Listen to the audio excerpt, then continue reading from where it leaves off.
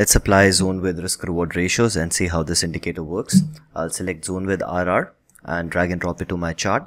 Once I drag and drop it to my chart, I have to give some inputs. Those inputs are what should be my wiggle room in terms of percentage, which means based on my ATR of that specific time frame, by what percentage do I want to give the wiggle room for the entry and for your stop loss.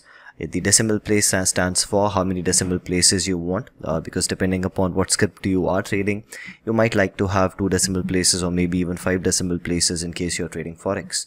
Your risk per trade will help you calculate your position size. So let's assume I give my risk per trade is 1000 rupees and I'll click on OK, and let's draw a supply area. Let's assume this is the supply zone where I would like to go short. So as soon as I draw my supply area, I'll have it on the chart, and then the next step I need to do is click on this zone on the left corner. So as soon as I click on the left corner, you will see I'll have my 1:1s, 2:1s and 3:1s on the chart. So that's my entry point, that's my stop loss, that's your 1:1, that's your 2:1, that's your 3:1.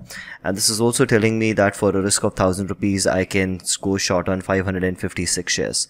So this is how this indicator will help you. It will calculate your position size. It will visually show you where is your 1:1, 2:1 and 3:1. So here's an example of a demand area.